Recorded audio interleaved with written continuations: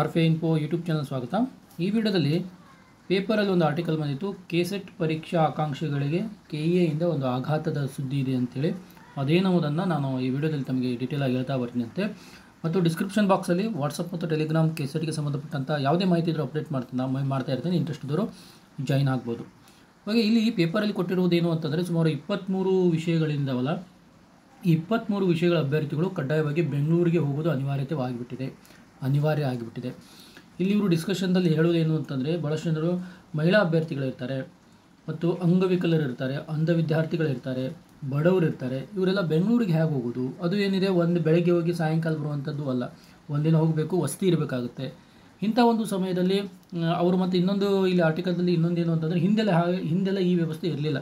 ಎಲ್ಲ ವಿಷಯದವರು ತಮಗೆ ನಿಯರೆಸ್ಟ್ ಇರುವಂಥ ಪರೀಕ್ಷಾ ಕೇಂದ್ರಗಳನ್ನೇ ಆಯ್ಕೆ ಮಾಡಿಕೊಂಡು ಪರೀಕ್ಷೆ ಬರೆದಿದ್ರು. ಆದರೆ ಕೆಇಎದವರೇ ಹೋದ ಸರ್ನು ಇದೇ ರೀತಿ ಮಾಡಿದರು, ಈ ಸರ್ನು ಇದೇ ರೀತಿ ಯಾಕೆ 23 ವಿಷಯಗಳಿಗೆ ಮಾಡಿದ್ದಾರೆ ಅಂಥೇಳಿ ಈ ಒಂದು ಆರ್ಟಿಕಲಲ್ಲಿ ಬಂದಿದೆ. ಹಾಗಾದರೆ ಆ 23 ವಿಷಯಗಳು ಯಾವುವು ಅಂತ ನೋಡ್ತಾ ಬರೋದಾಗಿತ್ತು ಅಂದರೆ, ಇಲ್ಲಿ ಕೊಟ್ಟಿದ್ದಾರೆ ನೋಡಿ.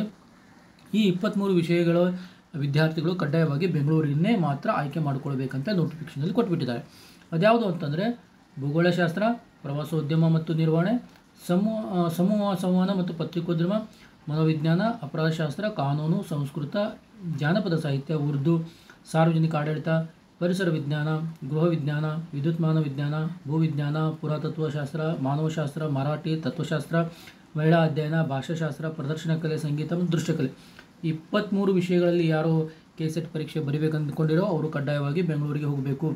ಕೆಇಎದವರಿಗೆ ಮೋಸ್ಟ್ಲಿ ಅವರು ಈ ವಿಷಯದಲ್ಲಿ ವಿದ್ಯಾರ್ಥಿಗಳ ಸಂಖ್ಯೆ ಕಡಿಮೆ ಇರೋದರಿಂದ ಮೋಸ್ಟ್ಲಿ ಅವರನ್ನು ಬೆಂಗಳೂರಿನ ಮಾತ್ರ ಪರೀಕ್ಷೆಯ ಒಂದು ಕೇಂದ್ರವನ್ನಾಗಿ ಮಾಡಿದ್ದಾರೆ.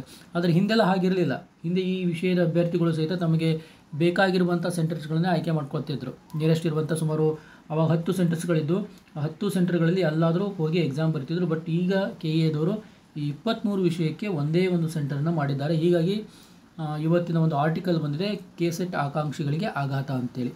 ಓಕೆ, ಇದೇ ರೀತಿಯಾಗಿ ಮತ್ತಷ್ಟು ಏನಾದರೂ ಮಾಹಿತಿ ಇತ್ತು ಅಂದರೆ ನಾನು ಅಪ್ಡೇಟ್ ಮಾಡ್ತಾ ಬರ್ತೀನಿ ಅಂತ. ಇಂಟ್ರೆಸ್ಟ್ ಇದ್ದು ನಮ್ಮ ಟೆಲಿಗ್ರಾಮ್ ಮತ್ತು ವಾಟ್ಸಪ್ ಗ್ರೂಪನ್ನು ಜಾಯಿನ್ ಆಗ್ಬೋದಾಗಿದೆ. Okay, thank you.